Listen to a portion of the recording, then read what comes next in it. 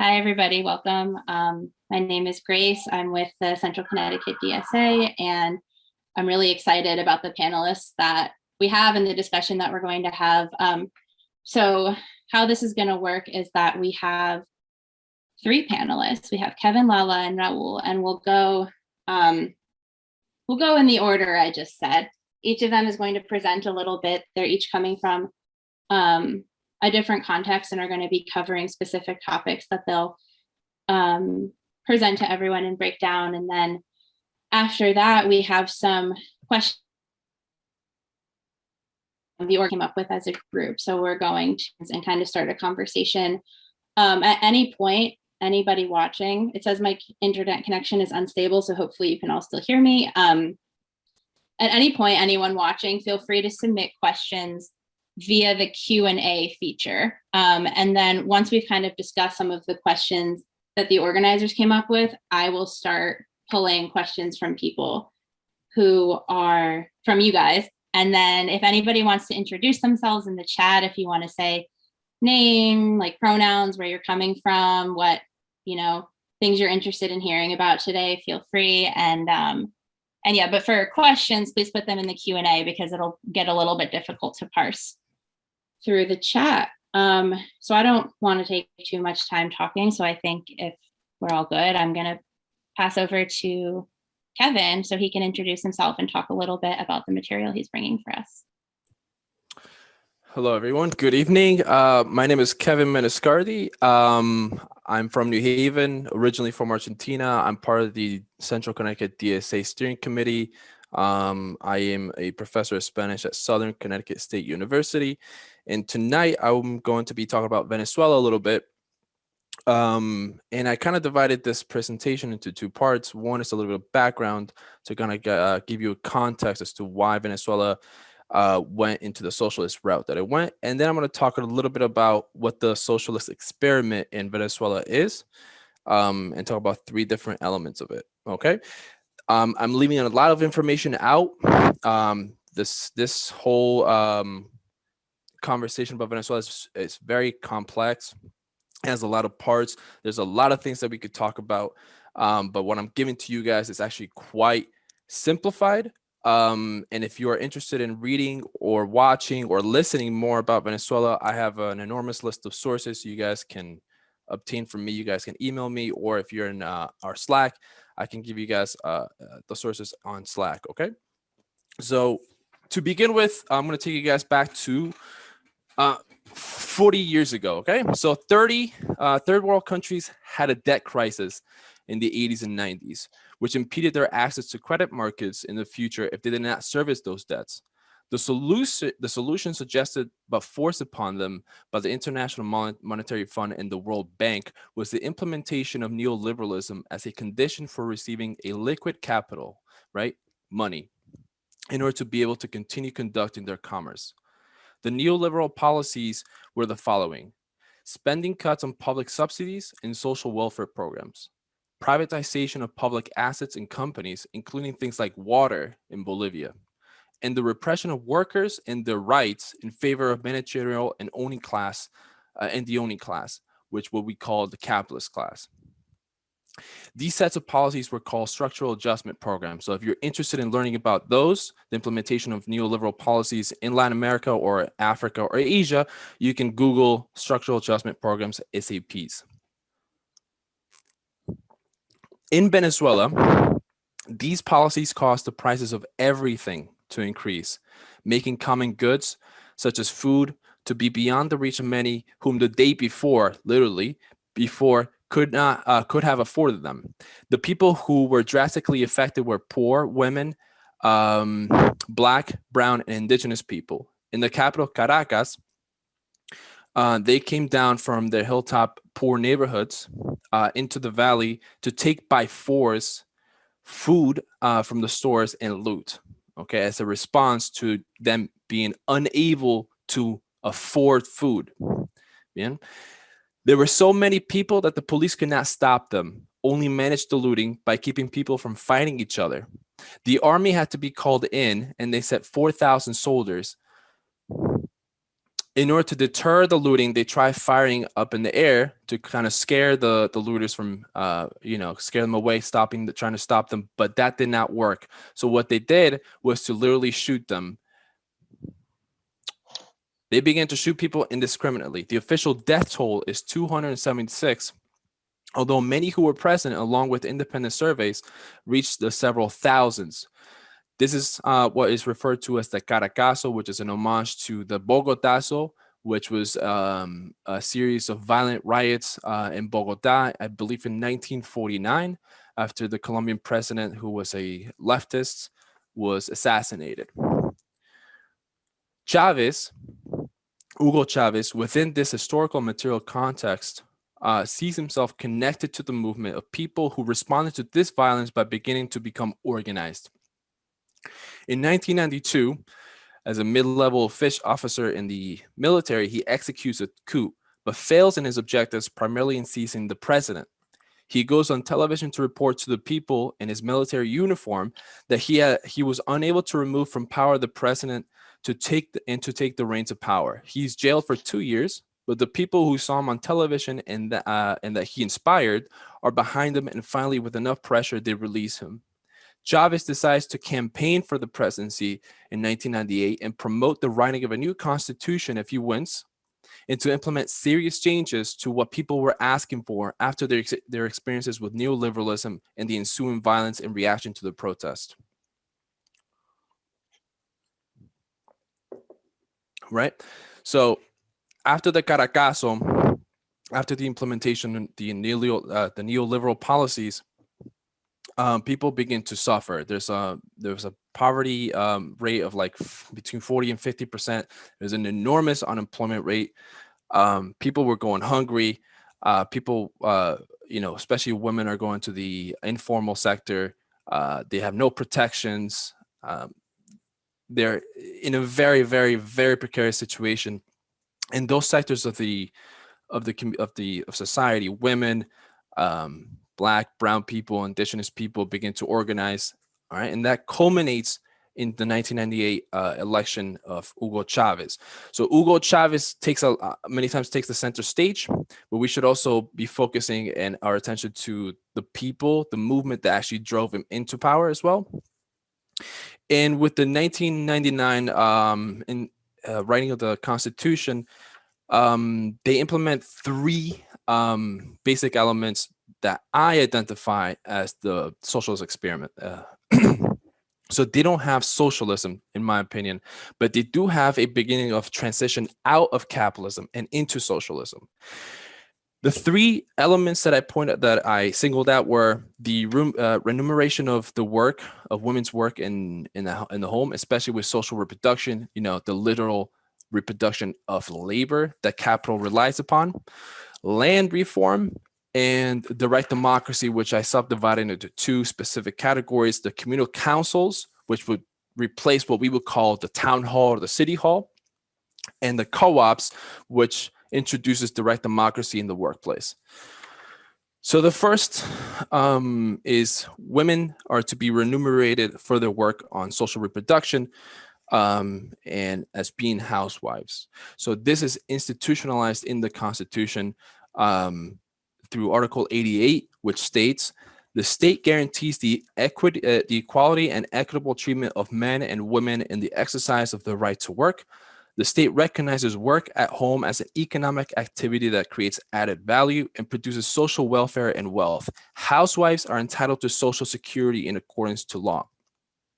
Now, it does, to some years, come off as a little bit perhaps sexist or offensive that they are saying that women are the ones that, do this work, as if it's enforcing a gender division of labor. But it's reflecting a reality of Latin America, especially in this context, Venezuela, that women are the ones who actually do this work. And it was women themselves who actually asked for this.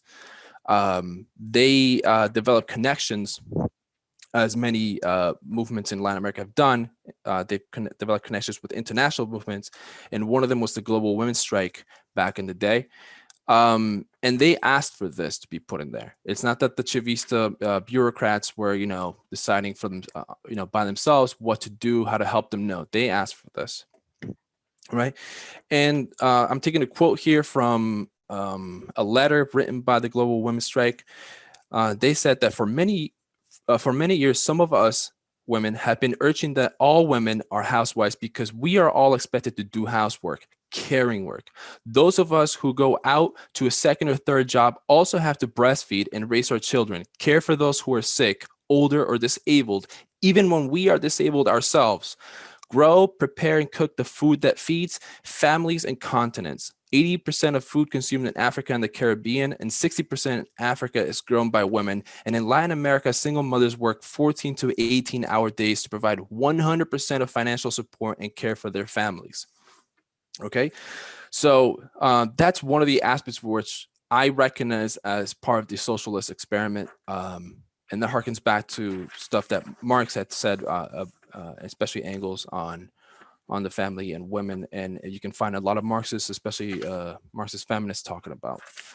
The second aspect, and it's super important, is land reform. A lot of these Latin American nations were colonies, Spanish or Portuguese colonies. The conquistadors, when they finished conquering the lands, they would have encomiendas, which basically a pseudo-feudal estate with Indians working for them. And they gained power over time through these institutions. A lot of the agricultural elites or elites now are direct descendants of those conquistadors, and they have consolidated the land, right? So in 1997, 75% of the country's cultivatable lands were in the hands of 5% of the population, worked by landless peasants, which we call campesinos. 75% of landowners controlled only 6% of the land. Land was left idle as the discovery of petroleum incentivized the elite to direct attention and resources to the extraction of that instead of actual domestic food production. So you had in the past, Venezuela actually produced its own food, but they switched over once petroleum was found, I believe, in the 1920s. It could have been sooner than that. So by the time Chavez enters power, Venezuela was importing 70% of its domestic food needs, right? So they had to tackle that problem because it leaves them in a vulnerable position, because if the price of oil decreases, they no longer have the dollars to buy food in foreign markets. So they implemented the law of on land and agricultural development, which was put into two phases. Phase one was to define and categorize what constitutes as idle land and determine who held title to that tract. Phase two was to tackle social, economic, and developmental problems. So they had to incentivize workers to return to the land, establish a tax structure that penalized cultivatable land that was left idle. It had to incentivize landowners to work the land or to sell that land to farmers.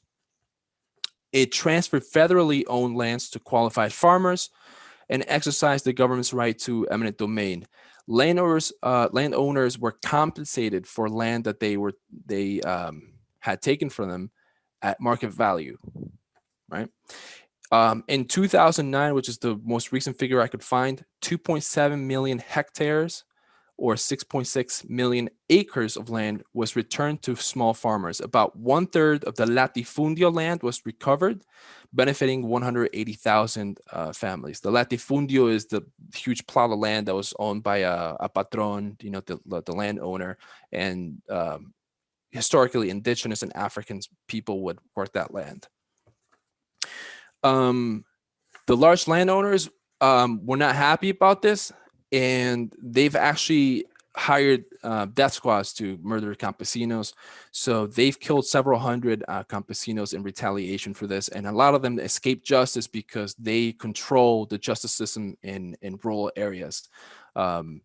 The reform of the justice system is something that took time to do in Venezuela, and it starts with the urban areas first because that's where literally most of the people live, and it takes time to literally, clean house, if you will. The third and final aspect of the socialist experiment is direct democracy, and I think this was the one that the Chavista government highlights the most, and that is subdivided into two parts: the communal councils, which would be what replaces the town hall or city hall type of government. So each communal council represents the needs of about 200 to 400 families in urban areas. The voting age is 15. 20% of local residents must be present for decisions. According to Venezuelans themselves, they say that this takes away power from representative institutions of the bourgeois state. It gives access to millions of bolivares for financing local projects. I'm saying millions of bolivares because at the time that the information was given, you didn't have the high inflation rates that you have now. It's in the billions now. The budgets for community or local projects are no longer decided by municipal councilors or elected representatives, but rather by the members of the community directly. The people in the neighborhood, the commune, decide what the projects will be, will transparently deliberate on the costs, and the money that they request will be wired to them through a local communal bank. And in this way, they have been able to implement new plumbing projects, because a lot of the poor areas in Caracas didn't have plumbing. They could implement, the building of new schools, of radio stations, of local news networks that didn't have, to showcase the progress that they've been making, because the national privately owned media doesn't cover those. If they want, basketball courts or any sports complex, they decide what to do and implement them, and then they receive the money from the government. And the second aspect of direct democracy is the co-ops, which is also institutionalized. It's protected by the Constitution. In Article 308, it states that the state shall protect and promote small and medium-sized manufacturers, cooperatives, savings funds, family-owned businesses, small businesses, and any other form of community association for purposes of work, savings, and consumption under an arrangement of collective ownership to strengthen the country's economic development based on the initiative of the people. Training, technical assistance, and appropriate financing shall be guaranteed. So the state guarantees that they will help in promoting and building co-ops and direct democracy in the workplace. The co-op is designed to counter the private ownership of capital and to challenge the liberal concept of the self-interested individual with the idea of workplace democracy and solidarity amongst workers. This economic model allows Venezuelans to be the protagonist of their own history, and it gives them the opportunity to develop their own skills in managing the workplace. The number of cooperatives has grown from 877 in 1998 to 158,917 in 2006, which accounts for about 1.5 million Venezuelans, or 12% of the workforce. And this is one of the main characteristics by which I say that Venezuela doesn't have socialism, because the workers don't really own the means of production to a degree that there is no longer private ownership of the means of production. Cooperatives are protected by the state and are tax exempt, the smaller ones and medium-sized ones. As to the extent of workplace democracy, the law requires that all members be included in decision-making. Most co-ops have stated in the rules that the minimum quorum for an assembly is at least 50%, and in some cases 75%. As to the mode of workplace democracy, most participation is direct, meaning one person, one vote. Decisions are reached when a simple majority is achieved. For rules changes, dissolution, or merger, the law requires a 3/4 majority. The scope of workplace democracy must include all subjects by law. Some capitalistic practices are carried over, however, particularly early in the process of implementing co-ops. This includes the coordinators. The coordinators are basically elected to be the CEO type, or the director of the company. They call them coordinators. They early on, they were deciding for themselves, without the input of the workers, what to do with the distribution of surpluses or compensation. So if a co-op was new, if the workers were inexperienced, they didn't have the courage or the training to actually challenge the coordinator in such regard. And one of the weakest components of formal workplace democracy was access to information. So people, co-ops that, the workers were not used to co-management of their workplace or were not well educated, found it a hard time to keep up with bookkeeping. And the lack of access to information made it harder for people in the workplace to be efficient and to communicate, what needed to go on in the co-op. How much time do I have left? I think if you could try to wrap in the next minute or two, that would be No, awesome. I'm okay. I can just finish right there. Thank you for your presentation and for getting so much useful information in a short amount of time. With that, I will continue. I realize my internet is spotty, so I apologize for that. Anyway, I'm going to turn it over to our next speaker, Lala Peñaranda, who is a DSA member and International From Below organizer. So Lala, if you want to introduce yourself and tell us what you want to talk about today. Sure. Thanks for organizing this event. I think having these kinds of spaces is really helpful, and I hope to hear from folks in the audience. I think I'm going to try to keep mine shorter and hopefully maybe more anecdotal. So I am from Bogota. My dad's side of the family is from the border with Venezuela, from a town near Cucuta. And Colombia is a really fascinating country. And in a lot of ways, it's representative of the political violence and the economic violence of the region. And in other ways, it's sort of unique and often offbeat with the rest of the region. By offbeat, I mean mostly that it's it has been for a long time, a right-wing bastion of power in terms of the presidents and the parties that have held power, while at the same time having a very militant left.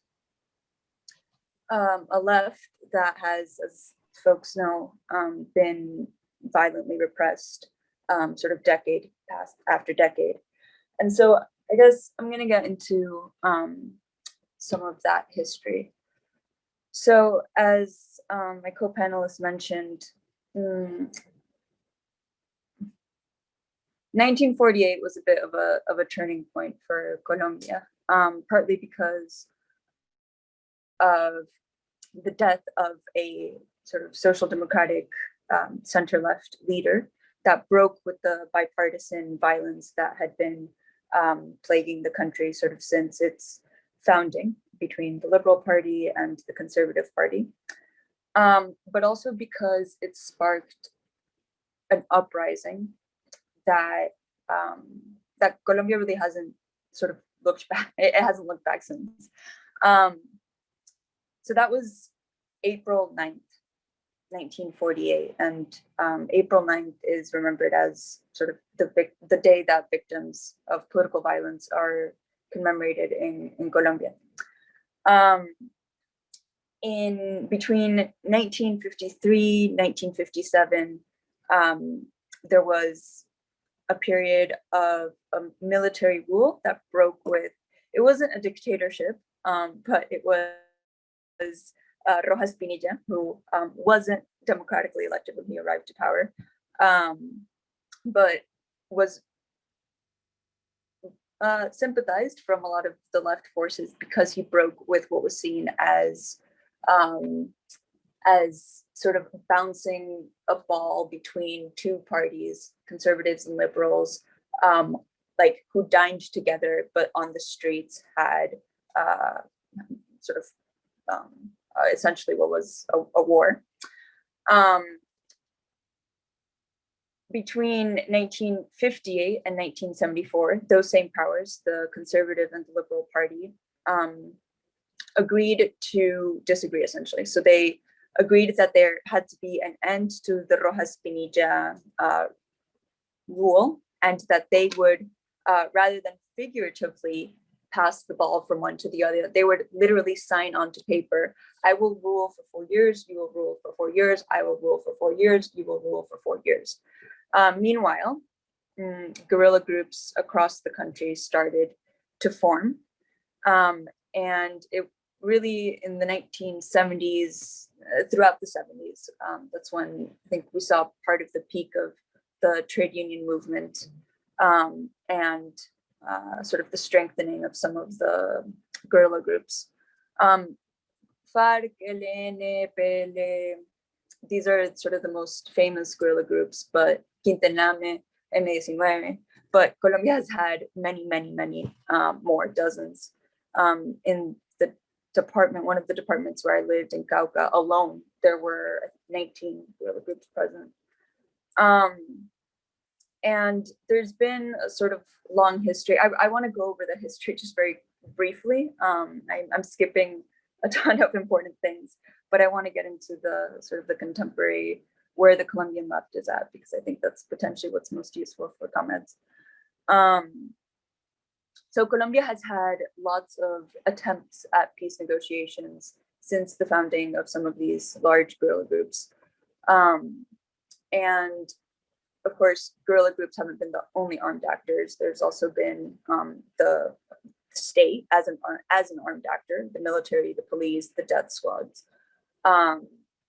Colombia being one of the most militarized countries in the region, largely thanks to the United States and Israel, and which has bolstered its own production of wartime industry, or war production industry, which it now exports in forms of either expertise, consultations, army missions, whatever it is, presently, because that's what it is. It's always a business. It is always a business. But there's also been paramilitary groups, and of course the participation of the different drug cartels, which have overlapped with these groups. And it wasn't until this last peace agreement with the FARC that the largest guerrilla group, the Fuerzas Revolucionarias de Colombia, Armadas de Colombia, demobilized. And that was seen as sort of like, okay, the conflict in Colombia is over. However, when you talk about a conflict the scale of Colombia, so since 1977, over 3,000 assassinations, over 300 kidnappings, over whatever, you can go through the statistics. And the thing is, it is political where one decides to draw their statistics from, right? And I think that's sort of one of the efforts that's being concentrated now, with all these resources and sort of half-assed international attention on, oh, now there's peace in Colombia. There's this eagerness to write the history of the conflict of Colombia. And so there's, groups that have been doing the work, observatories, human rights groups that have been sort of documenting this work for a long time, whose statistics are now either, being challenged by the official narratives or whatnot. Anyway, so this is, I'm just like mentioning some areas of where political debate happens, and definitely the sort of narration of the conflict is one of them that's unfolding now. But let's see. So when we talk about the armed conflict, yes, you're usually talking about the state, the paramilitaries, and the guerrillas. And as the name sort of suggests, the paramilitary groups were often aiders to the army, to the military forces. And because I think that most of you can sort of look up Colombian history and find a sort of official narrative, I just want to talk a little bit about at least my experience with these dynamics. It was often the case. So I worked with trade unions in the south of Colombia, in Cauca, with agrarian unions. And agrarian unions, I think one important thing to know is that the armed conflict has played out mostly in rural areas, and mostly they're sort of like hotspots, and these hotspots, for as long as the conflict has existed, the contemporary armed conflict has existed, can more or less, again, these are very general broad strokes that I'm saying, can more or less be traced to some of the key ports and some of the key drug routes. So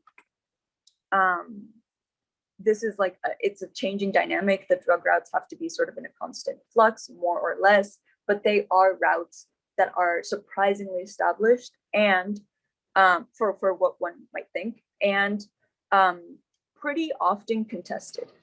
And I think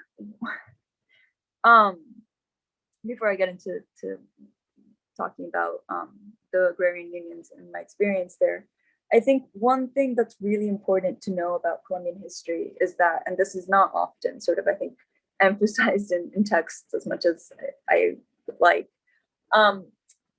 Yes, of course, there are political differences between different armed groups specifically,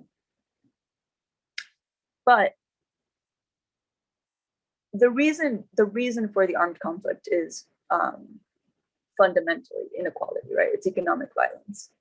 It's economic violence that is sort of made worse by a relationship with the United States that provides this sort of lopsided militarization.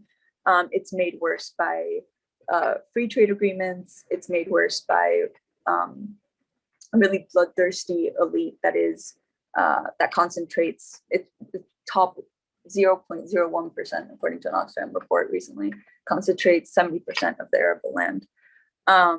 So it's because of this. And given those origins, given that fuel, that real fuel, because there's other fuels, of course, like drugs, it's often the case that members of one group will form part of another group, right? Like you could have a cartel member or a salient that participates also in a guerrilla group, or a guerrilla group member that then joins the paramilitary forces. Like this is common. And I think the reason that it's important to highlight that is because this is like the way that it's fought on the ground. It is like fundamentally a poor people's war, and it's racialized, it's genderedized, but it is fundamentally a poor people's war. And those who benefit from it are can have different political claims. It can be the Liberal Party, it can be the Conservative Party, it can be the Communist Party, which I obviously wouldn't necessarily include into the elite, and of which I was a part of, and I continue to respect their work. But it's fought in towns across Colombia. I think where often these parties are not as present. So anyway, having said that, and I think I don't have that much time, but I cannot stress enough how involved the state of Colombia has been in current economic, political violences, but also in direct, like armed conflict violences.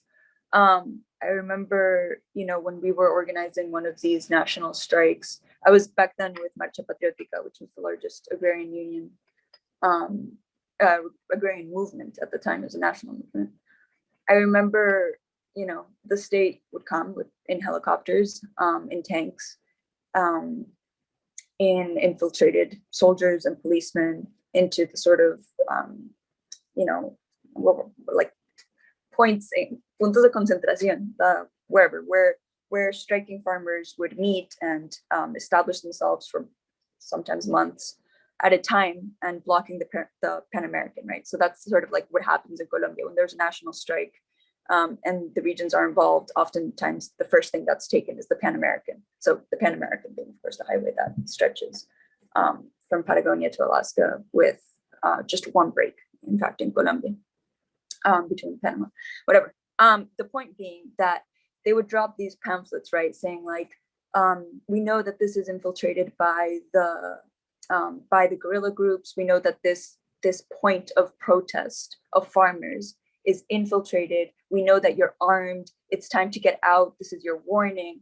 And really, I mean, I remember like being in communication with my family in Bogota and hearing the version, right, of what was happening, i.e., oh, you know, these farmers are armed. We have confirmed, you know, it's this constant, like, we have confirmed that it's infiltrated. We have given people the warning and the option to leave. If they don't, then we assume that they are there for like reasons of confrontación bélica, and sort of doing this like humanitarian state thing in order to justify then what they did, which was literally just shoot down from the helicopters at these points of concentration of protest. And I remember it wasn't, you know, it wasn't until like seeing the difference of what Bogota was hearing versus what's happening on the ground, that I mean, I was like 20 or 19 or 18 at the time, but really seeing like how orchestrated this conflict is, how much it is actually like contoured and designed in the press rooms by whoever. And we have to ask, who is giving the order to publish it this way or that way? I need to wrap up, but I mean, you know, Colombia is the country with the highest death toll for trade union members, and you know, it is undoubtedly trade union members, environmental activists, the indigenous and the Black movements that have won, just like anywhere else in the world, the few victories that exist for the Colombian population. And I mean, I just want to sort of end on a fighting note. I know we're gonna go into a Q&A now. I think that the Colombian left is doing a lot right. You know, it's a left that is fucking paranoid because of its history. Oftentimes it's tense and closed. And I think it's important to enter those spaces with a lot of humility and understanding of sort of that trauma and history. But, you know, there's different left parties. There's sort of what can be considered El Polo, La Unión Patriótica, Comunes, Colombia Humana, Maíz, Decentes. You know, there's a lot of parties, and I'd be happy to talk a little bit more about the electoral side. But, you know, today, after the quote unquote conflict has ended, supposedly, we're actually seeing a spike, an unprecedented, a historic spike in targeted killings of social leaders. So yes, on the one hand, the arms have been put down, but perhaps precisely because of that, the extermination of targeted movement leaders has increased. So there's also a lot of room for solidarity and a need for that. And I think the main question in Colombia, despite the differences within the left and the rich debates that happen within the Colombian left, we have to constantly go back to the question, ¿Quién dio la orden? Who gave the orders? Who are these intellectual leaders of these genocidal crimes? And I think that's a rallying point that the left can sort of unite and win around. Thanks. Lala, thank you so much for being here with us and for sharing everything, including your personal experience. I think that's so important. So I am going to pass on. We have one more panelist here with us, Raul, Paula, and you're calling in from Brazil, right? Yes, I'm in Brazil right now. I actually have to apologize for that because I'm at my family's home right now, and they have neighbors here. So if you hear a child screaming or a dog barking, we'll just have to feel very much welcome to my life. Awesome. Yeah, I mean, we're doing the best we can. I'm on my phone right now because my internet was having problems. So yeah, so Raul's a member of the Partido Comunista Brasileiro, the Brazilian Communist Party, and has a really fascinating story. So I would just love to hear more about you and then the material you brought for us today. So I will turn it over to you. Sure. Let us start. I will also apologize because I did not gather as many data as our colleague Kevin, for example. I'll just talk more generally about what has happened in Brazil and about the the political and economical formation of Brazil for you to have an idea. You see, Brazil has many peculiar features, particularly in relation to our neighbors. Brazil is a gigantic country. I don't even would say it, well, it is officially and politically a single country, but it is a subcontinent actually. I am right now in the northeast region, in the state of Pernambuco, where my family is from. I was not born here, I was born in São Paulo. But my family is, well, originally from here. They were displaced during the dictatorship, and my mother happened to have been born in Cuba during her first exile. So I'm from São Paulo, but I consider myself from Pernambuco. My mother considers herself Brazilian, but she's from Cuba. So the thing is quite mixed up, and that shows a lot about the recent history of Brazil.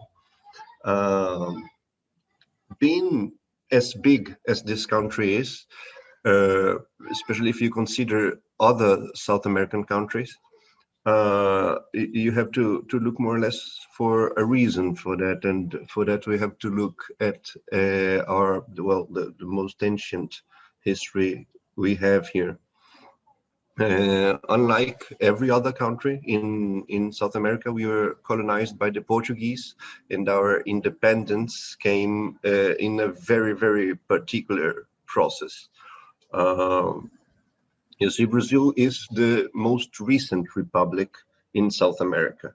We were, for the whole of the 19th century, a monarchy ruled by the very dynasty that had ruled Brazil as a colony for 350 years before that. Since the Portuguese came, the same family ruled Brazil. And our independence wasn't a process that actually came out of a mass movement or anything like that, but a strategy of the Portuguese monarchy to keep this territory annexed more or less to the central power in Lisbon. So, you know, perhaps, I don't know how many of you have heard of that, but during the Napoleonic Wars, Dom João VI, the King of Portugal, fled Portugal and came to Brazil with his court of more or less 5,000 people. So from day to night, Brazil, and especially the city of Rio de Janeiro, was turned into the Portuguese court and the center of the Portuguese Empire that by then, they arrived here in 1808, was an empire that ruled half the globe, more or less. They stayed here for about 15 years, and then they went back to Portugal. And his son, Dom Pedro, who is called in Brazil Dom Pedro I, declared independence and kept the country organized as a monarchy centered in Rio de Janeiro. And this is often regarded as the reason for a country that big in South America. The tendency was for the territory to be split up, and for the different regions, we have 5 regions in Brazil, declare each one of them their own independence. And of course, the models we had then here in Latin America were all republics. And the US was, of course, the main model for that. This didn't happen, and the monarchy lasted in Brazil until 1889. And the slave system, the slave work system, lasted until 1888. So Brazil is very much marked for this. It's the last country on earth to abolish officially the slave work system. And this is, I often say, this is the main mark of what Brazil is today. Brazil is so much defined by this process. It is a republic wrapped together by racial superiority of white people until this very day, and this has to be always remembered for if you want to understand more or less what's happening here today. from 1889, when the monarchy was abolished by a military coup with no participation of the people whatsoever, it was just, in Portuguese we say quartelada. It's a military movement, a small military movement, only in the capital, and they declared their own republic. And from 1888 to 1930, we were ruled by what is called the Ancient Republic, the Old Republic, which, just as our companion here, Lala, just said, it's just the elites just sat on the presidential chair, one after the other. In the 30s, there was another military coup. Some people call it the revolution, the 1930 revolution, when Getúlio Vargas came to power. And for the first time, it was workers' rights were more or less recognized, even though his government was very much sympathetic to Nazi Germany and fascist Italy. And he was in power until 1945, until the war ended in Europe. And then he was overthrown by another military coup, even though he came back later as an elected president, and by political pressure, he killed himself. He shot himself in the heart in 1953. From that point until 1964, which was the last military coup we had in Brazil, the country was always under the pressure of the military, under the suspicion that the military could at any moment do what they did in 1964, when they actually did come to power. They surrounded the parliament with tanks and declared their own government. And this lasted until 1985, when the last general went out. Having said, then we had the redemocratization process, and then Lula came to power. Perhaps most of you are familiar with that, a more popular way, perhaps the first actual popular movement here, even though it has nothing to do with a socialist transition or anything like that. It was, in Brazil, anything for the elites is considered an attempt to install communism here. Even though it's very far away from that. Another thing we have to consider is that Brazil never had actually a socialist experiment, as many of our neighbors have had in the past. Well, you could say, for example, the example of Chile, that had one actually self-declared socialist Marxist experience with Salvador Allende. And we all know how that ended. And even before that, in Chile as well, during the 1910s, let's say, there was another proto-socialist, you could say, government of Pedro Aguirre Cerda, and well, other countries also had their own experiences. Venezuela, that was just mentioned here. So we never had this. We never had an actual socialist experiment, even though there were movements in that sense that came to be very, very much important and relevant in our recent history. I thought of talking about, especially about one that is the one to which me and my family are the most related with.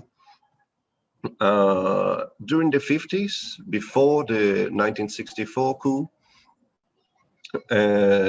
we had a movement in Brazil of mobilization, let's say, of the masses, of the working class, and especially of the rural working class. And the first movement that actually tried to establish a political change in Brazil in that sense, and to gain actual power, were what we call in Portuguese, Ligas Camponesas. Kevin just mentioned the campesinos in Spanish. In Portuguese, we say camponeses.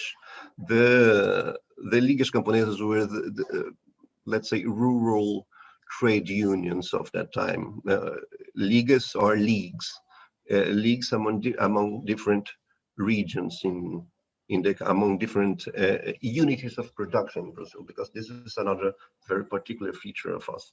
Brazil produced sugar Brazil is actually until this day, you could say, a very large farm, an immense farm, owned by very little people, of course. And these unities of production that were installed here since the 16th century were the most important elements of our society for a very long time. And the large landowners had very much power. Their properties were very much isolated from each other, so they exercised power tyrannically as they wanted, actually, and ruled over, of course, a lot of people, a lot of camponeses that worked in their land and were not allowed to own any land, of course. When these people started to organizing themselves, they founded what we now call the Ligas Camponesas, which in the 50s gained a lot of importance and, of course, generated a lot of fear, especially in the elites and in the military.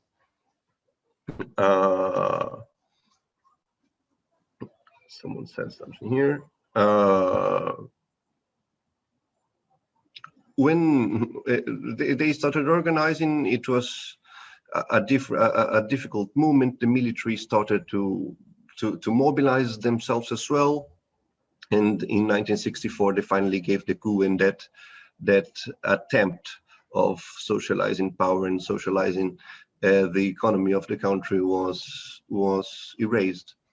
But nonetheless, it was a very important movement. It was a very large movement, actually, and very much popular.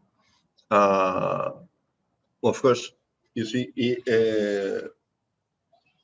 in the beginning of the 60s, I think, in 1960, in the presidential campaign, Jânio Quadros was elected, and he was, well, a right-wing politician who renounced power because of some political pressure, and the vice president, who was known for his not socialist but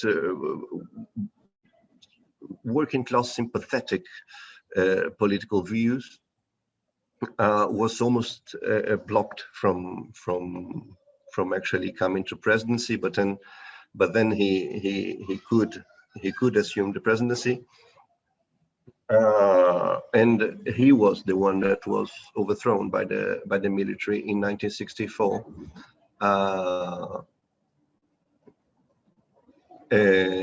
Even though that wasn't as well a socialist attempt of ruling the country, of reorganizing the economical base of the country.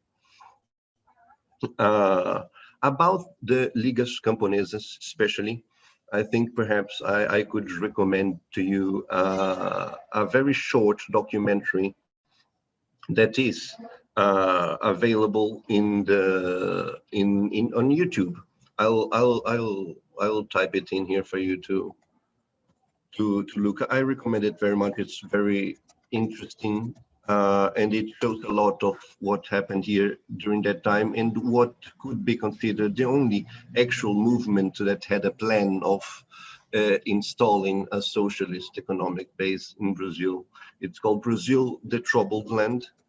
And you see, in 1963, a year before the coup, Bob Kennedy, the US senator of all people, came to visit the country, and he visited Pernambuco and what was the center of the Ligas Camponesas in that time. And what we suppose happened nowadays is that the CIA actually funded this little movie to inform Americans of what was about to happen in South America in that time. the movie spent I don't know, 30 years missing. No one knew where it was, and no one actually had watched it until it appeared in the University of South California, and now it is available. You can look for it. It's very interesting actually, and it regards my family. My great grandfather actually appears in the movie in many moments. And I think it will show you more or less what happened in that time. Well, what I could say is that currently Brazil hasn't very much perspectives of rearranging its economic basis. It is a country, because of its history, very much connected to what Kevin also mentioned. The old elites are still very much alive. People have the same surnames. People spend their vacations on what they call their family farms, their family estates that have existed for 300-400 years. And they still exist, of course, not with the same economic importance, but they are still here. Our history is very much present here in Brazil, and especially in the Northeast, which is the poorest region in the country. To wrap it up, let's say, I think that all of this, all that I have mentioned, brings us to what just now started happening in 2016 when Bolsonaro was elected. Perhaps most of you are following it. I think this is a showcase of what political hysteria can create in a country, and in a country of such importance as Brazil, for example, of the hysteria that anything that is intended to distribute a little perspective for the people can create in the very old-minded economic elites of South America. Bolsonaro shows that very well. How can a country of poor people elect women are less important, and that black people are the same as livestock. There's some absurds like that, for example. I think the movie will show you more or less what I'm talking about, and it will inform you very well. It is in English, actually. The movie is made in English. It is in English, and it is subtitled in Portuguese. I think most of you will be very interested to know what goes on there and what happened in Brazil in the time. Thank you so much, all three of you, for your generosity with your time and your resources. There's so much really important information that all three of you have covered, and it's amazing to just kind of have the space where all of these perspectives can meet and we can exchange ideas. And this is the beginning of many different and many more nuanced conversations, maybe, or complicated conversations, but it just, I really appreciate all of you taking the time to share your knowledge with all of us. So in the interest of time, I want to look at some of these questions that people in the audience have submitted. We have 3, and each one kind of corresponds to each of the panelists. So I have 2 from Sabrina. Sabrina, would you like to be unmuted so you can speak and ask your questions, or would you prefer if I just read them? You can answer that in the chat, I guess, if you'd prefer if I read them or if you want to ask. Okay, thanks. So the first one is about Venezuela, so I will pose it towards Kevin. And then if anybody else has anything to add, feel free to unmute and add. How do Venezuelans feel today, and what would they like to happen? What was the question again? So what is the feeling of Venezuelans today, and what would they like to happen? I think the feeling of Venezuelans today is hard to explain in a short answer, and Venezuelans, like any other people, are not a monolith. So I can't give you one answer fits all, but I think there's a section of Venezuelans that want the Bolivarian Revolution to continue, right? To not lose the gains that they've made in autonomy, whether it be workplace, whether it be the communal councils, whether it be the the ability to have communes in rural areas and work those and trade with other communes, basic resources and stuff. They are the reactionary freaks that don't like that, Black people and indigenous people are having, control over their lives and their workplace, that want to see those rolled back. There's also a huge section of the country that is probably suffering. It's probably going through a really hard time, especially with the food shortages and stuff, the enormous inflation, the insecurity.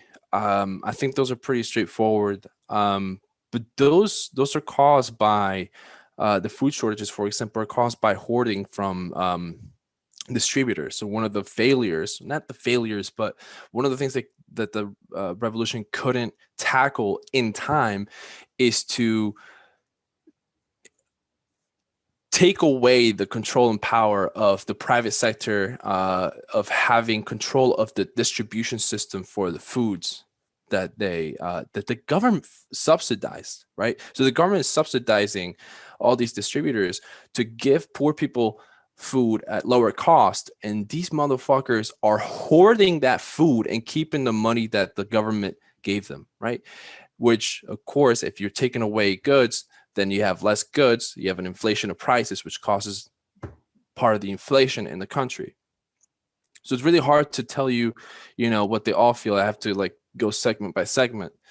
There's the oligarchy that wants to have the Maduro and all of the Bolivarian Chavistas out of power. They want to give control back they want to give control of the country's resources back to the private companies that had them before, right? They want the oil company to return to private hands.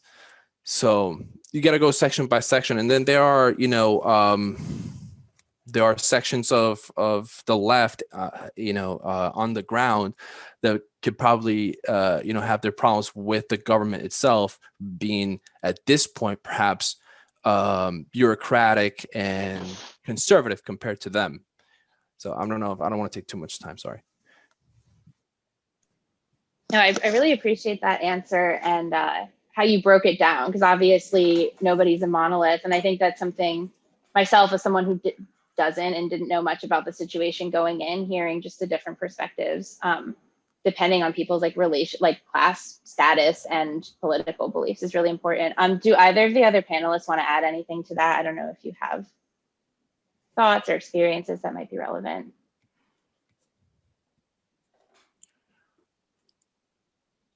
Can I just add one? So the majority Sorry? of So Max Irwin says majority of population of, say, workers, peasants, and lower middle class, presuming that is the majority. So given that more specified group, they are the hardcore Chavistas, which is about a fifth of the country. They are diehard, hardcore Chavistas. They're basically the base that keeps the revolution alive. There are those who are sympathetic, which is also a large chunk of them, but not hardcore. They're not willing to go on the street, and they're called ninis, ni los chavistas, ni los, the other guys, which are a coalition of conservative parties. Ni means neither, no, so neither or. So that, I think, is probably more specific answer, right? And if you're in reference to the previous question, the comment was, I'm not sure what that means, Max.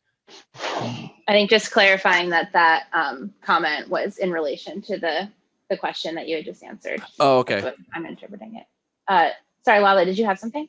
I was just going to say that I have nothing to add to the answer, but just for folks to check out Venezuelan Workers Solidarity. It's an organization of diaspora Venezuelans that hold sort of political education events that try to answer that question in different realms. I think the past event that they had, the last event, was about feminism in Venezuela. And I think it's, I mean, as you said, like, they're not a monolith. It's really important to hear from Venezuelans directly. And I think that's one of the groups that at least I know of that I can recommend. Thanks. Thank you. And I think something we can definitely do, the organizers, I know Kevin has a ton of resources. Raul recommended the documentary, so we can compile a list and send it out to anyone who is here. So you all can check everything out on your own time too, which I think would be great. So we're getting a bunch more questions, so I'm gonna move forward. The next one would be towards Raul, and it's about Lula. So the question is, although Lula has not decided to run for president, are people more likely to vote for socialism? I understand that there's another candidate on the right wing that would basically replace what Bolsonaro is doing. Do you have any comments on that? Sabrina, thanks for the question. Well, I myself, I would think twice before relating Lula specifically to socialism. I think that's perhaps a very strong statement you make when you say that he is a socialist candidate. I don't think he is.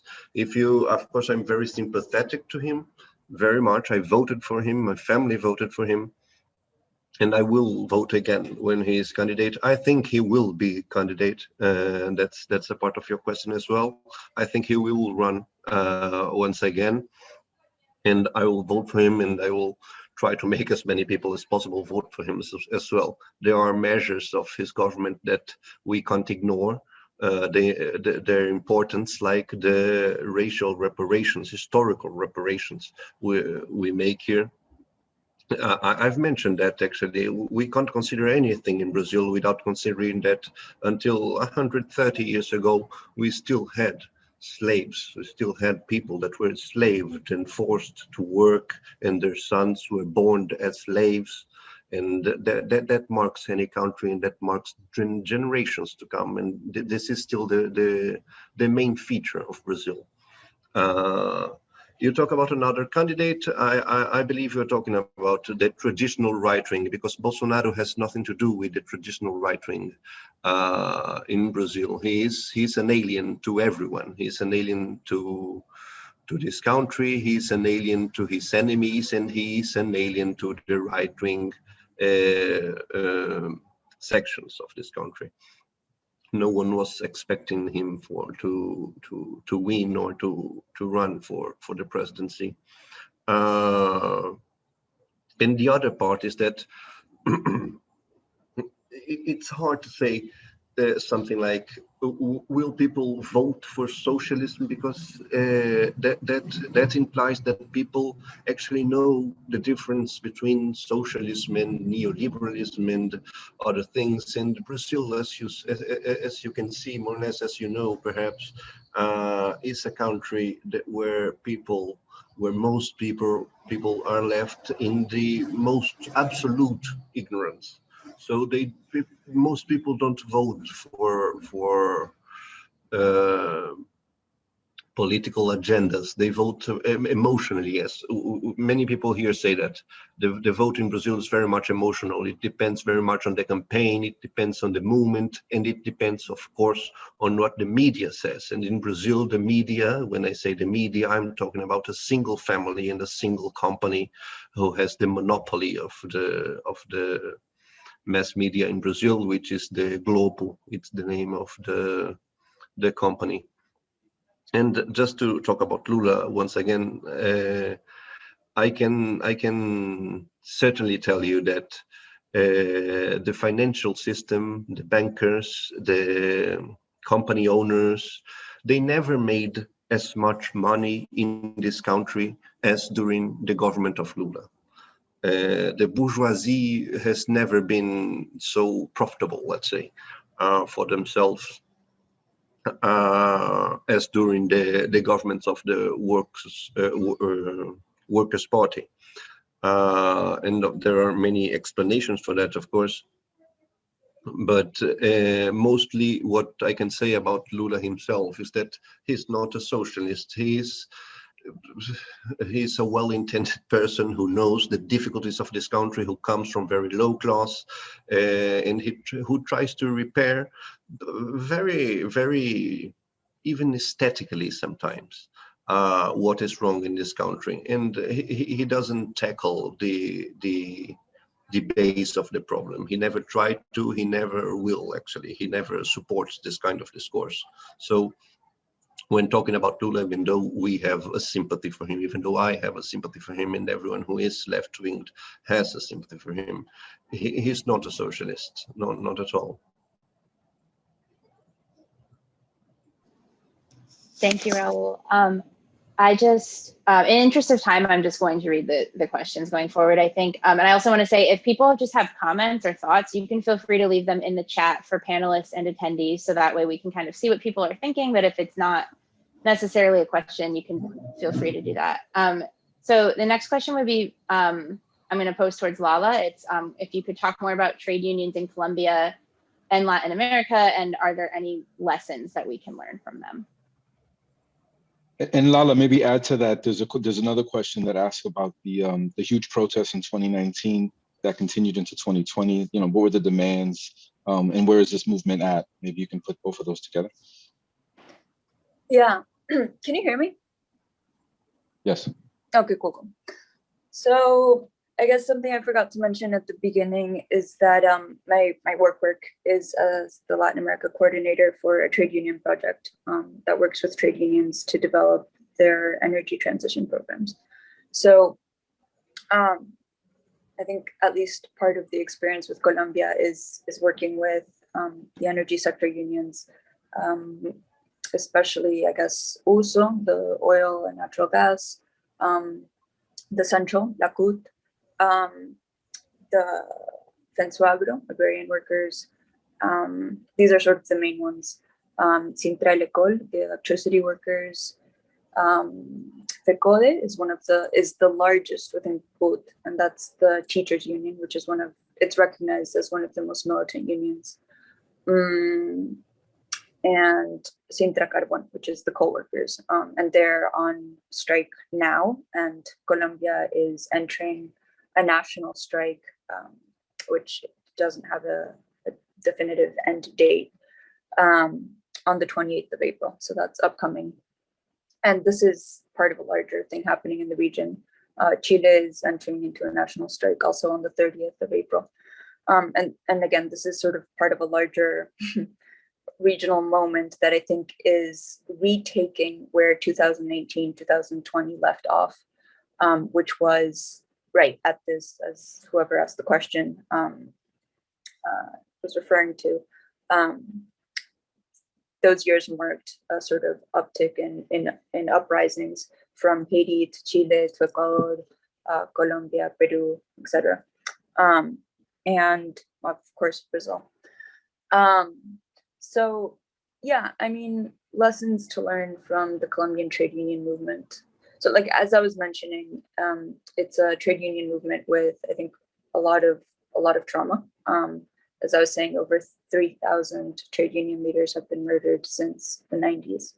And 90% of those cases sort of are left in impunity.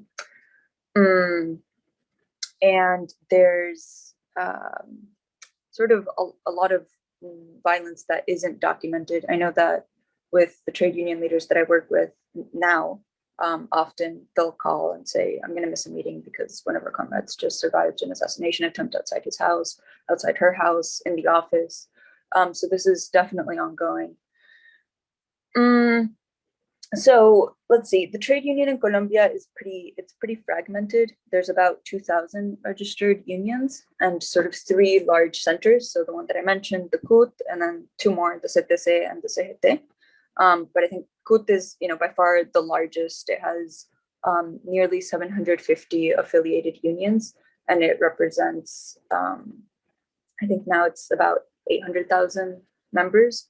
But of course, 50% of the Colombian workforce is in the informal sector. So that's a huge part that is left out of a lot of the organizing work, and that's one of the challenges for the trade unions. As I was mentioning, the teachers union, FECODE, is maybe the one that is seen as most militant because of its history. It represents about 250,000 workers, and FENSUAGRO, which represents, it's hard, but like, I don't know, 200,000 members, agrarian farm workers. That one is seen as the most sort of militant in terms of confronting state violence. So I think one thing to learn from the Colombian trade union movement is how good they have been at telling their own history. So there's the Escuela Nacional Sindical, that is an incredible body, that it's a school of unions, it's a school that aims to create its own archives of unions, of disappearances, of arbitrary detentions, of leaders, etc. And then also unions have, in addition to sort of doing that historical memory work, have their own research branches. So for example, the Petroleum Workers Union, La USO, has Aurisara, which does a bunch of research into energy transition, and again, because it's just such a central pillar of Colombian society, the violence that oil workers have had to resist and confront, especially in strikes. The oil strikes have been pretty big in Colombia. And then there's a bunch of other sort of coalition spaces that I think have done a good job at understanding that coalitions are not something that are formed for just one event or cause or objective, but are this ongoing thing, sustained over sometimes decades. In energy work, one in particular that I can point to is the round table. It's called La Mesa Social Minero Energética para la Paz. And it's a round table of over 150 unions and social movements, and even members of the sort of opposition. And it's a round table that was formed as a result of 2 consecutive years of popular assemblies in the communities where frontline energy workers gathered. So it was convoked by the oil union, but to precisely pick up demands from the communities where they were working, both workers and non-workers in those communities, which are, as they always are, some of the poorest communities. So I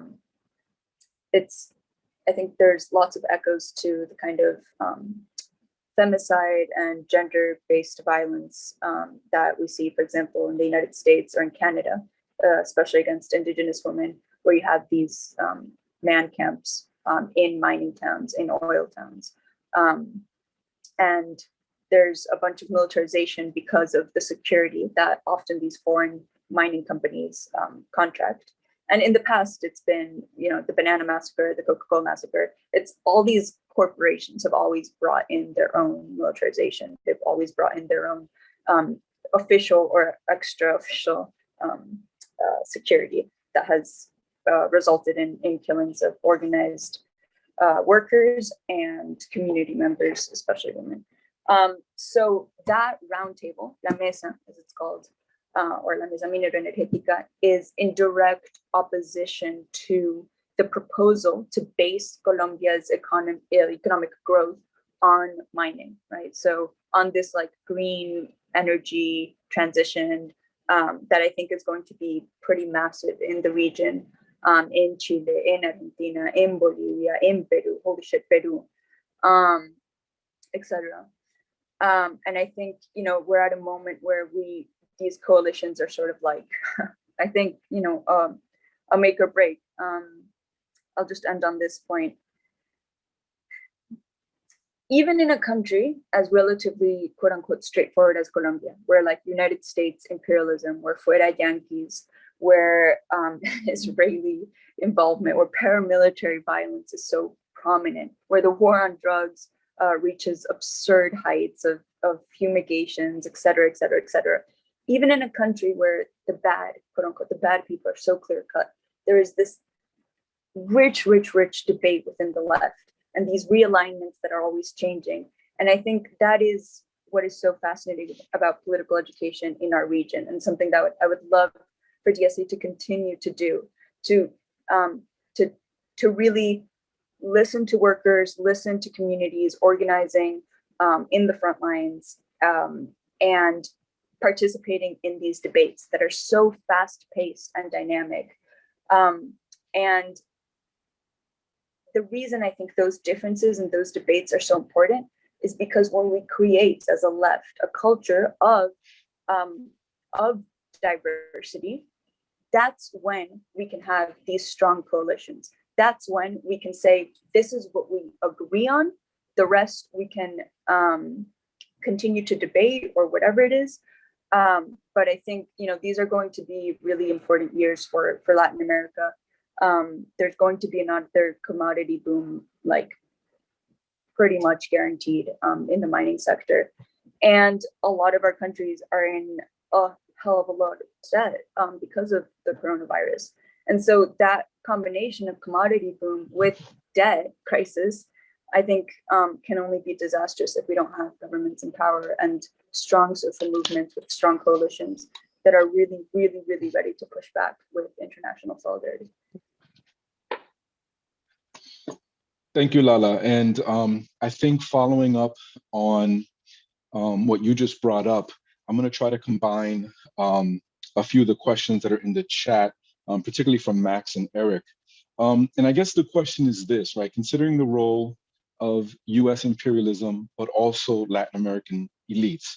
One of the questions or comments in the chat was, would Latin America have progressed more in a socialist manner if it hadn't been for US imperialism, right? That's one of the comments. But Eric also asks, how do you see the role of Latin American elites, as well as US elites in sponsoring and influencing each other, right? And in maybe deterring some of the internal dynamics against those socialist experiments, right? Not just the imperialism from the outside, but the internal forces. And then in particular, Eric asks, what are some of the weak points in those relationships that we can organize around to take, to try to break or take advantage of? Because as socialists, in order to be in solidarity, we have to have some understanding of what role we can play, especially those of us here in the United States. And that's a question for all three of you, whoever wants to begin. I hope that was clear. Let's get to the good stuff. I don't know who wants to go first. I'll just say something briefly. I think, yeah, of course, if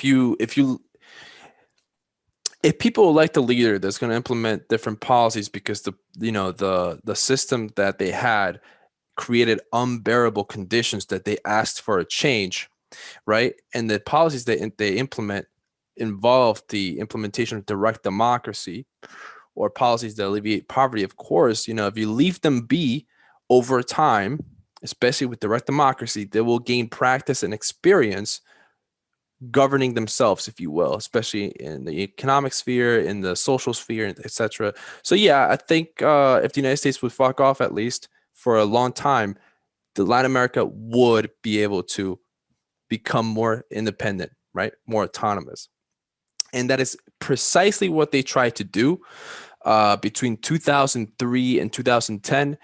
Chavez, Evo Morales, Nestor Kirchner, Lula da Silva, and a bunch of other leaders try to develop a sort of Latin American internationalism that would counter the neoliberal hegemony pushed for by the United States, right? And they rejected the free trade agreement that George Bush at the time wanted to write, the pink wave, Eric. So they did try to go that way. However, the presence of the United States through the CIA or through the State Department, when we're talking about US aid or the National Endowment for Democracy, very nice sounding names that are basically a front for US intervention. They're always active. One of the things that the United States has done recently is open up funds that they froze. They gave it to Juan Guaido and the opposition in Venezuela, even though it doesn't belong to them, right? So that they can decide what to do with the money that belongs to the Venezuelan people. Yeah, some of that money is being used to buy COVID vaccines, but millions of those dollars are being spent by Juan Guaido in ways that he doesn't disclose, right? I think, I don't know about every Latin American country, but I don't think the elite by themselves are that competent. I think they stand as long as they have the backing of the United States. I think that's my opinion. I really can't back it up too much, but every time I see, a socialist movement or a workers movement or a government being toppled, behind it is always the United States. And I don't think, the local oligarchies can by themselves combat leftist movements. And that includes not even the United States. Sometimes private companies like Coca-Cola will pay a Colombian paramilitary to go murder Colombian union workers who are trying to unionize. Look that up. Google Coca-Cola paramilitaries murder union workers. You can Google that right now. And I think it was in 1990 or 1999, I forget. And it was in the 90s, I believe, early 2000s, that they paid paramilitaries to go murder workers. And that's something that the United Fruit Company, which is now Chiquita, I think, did back in the day in the banana republics as well. They would pay paramilitaries to go murder workers. Well, I would just like to agree entirely what Kevin just said. I think if it were not for the intervention of the U.S., Latin America would have walked a very different path we have. You see here, my grandmother is still alive. I live with her. My great grandmother was alive during a long time of my life, and we exchanged a lot of information, and they were very much active during the 50s and the 60s. And what we often say here is that there was a movement there at the end of the 50s and at the beginning of the 60s where, well, and I quote their words, where the dream was at the reach of our hands. There was a time there where it was the thing was happening. You see, things were about to happen, and also that the local elites we have here in South American countries are not very much competent on keeping their own power, let's say. Of course, you have to wait. There is a very big difference. Socialism is a very recent idea. It's a very new idea, and forces that work for it are still gaining experience. They still have to do a lot of work, let's say, in order to reach their objective. While the traditional elites have been fattening since the 1500s, and they know very well how to keep things their way, even though they wouldn't be very much capable of keeping their own power, especially during the 20th century when consciousness was rising, when working movements were actually being very much organized, and when power was actually in the reach of their hands, because there was a large conscience that has been since then erased by the cycle of dictatorships we had here in Latin America, in South and Central America.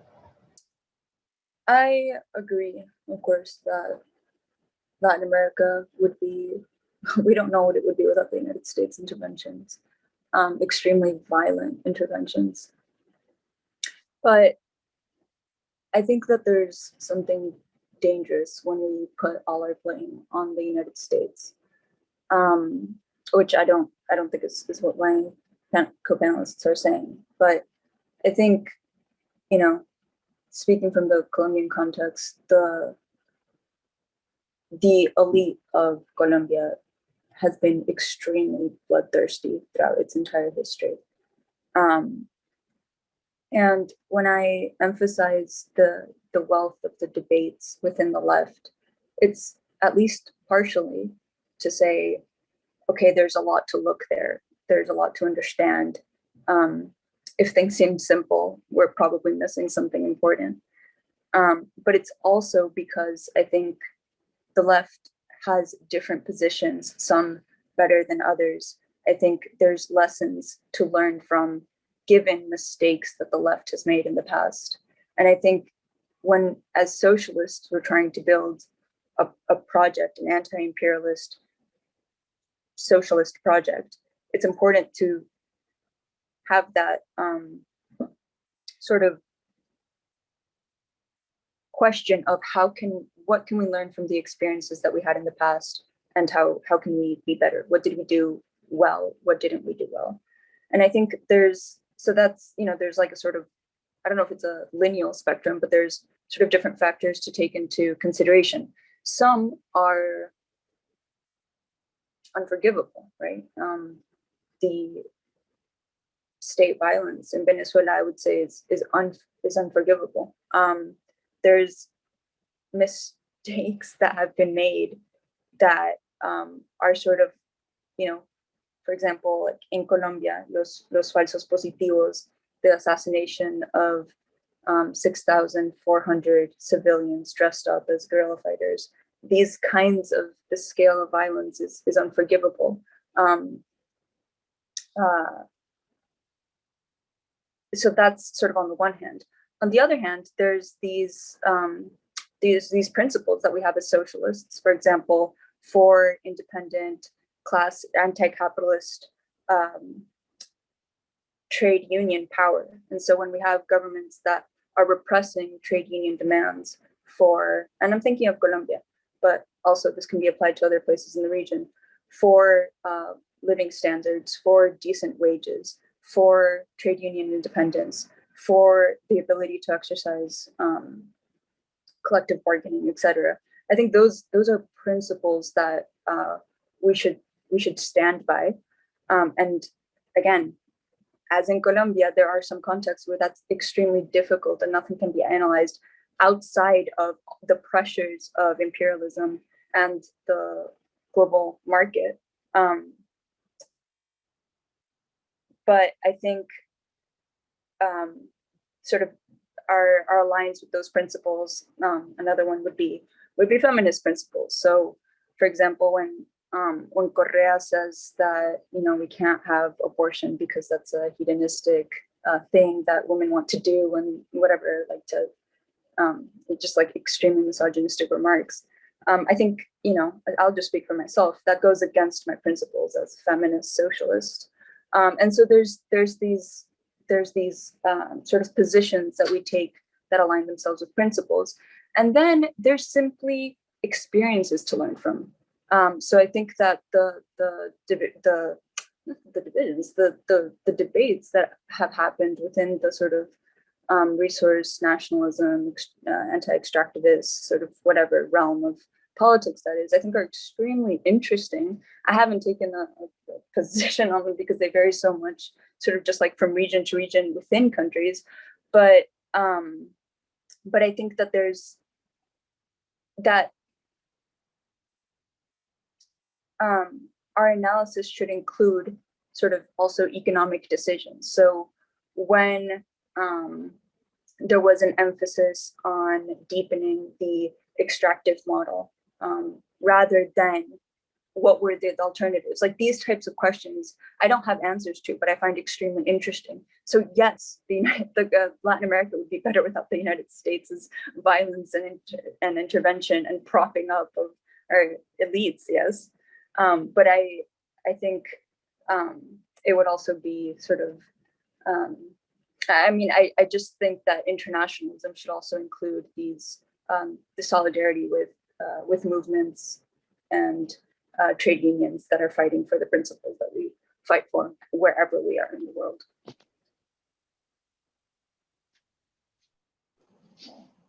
Thank you so much. I think so. On that note, we are actually at the end of the time that we had allotted for this event. I know there's always going to be so much more to say.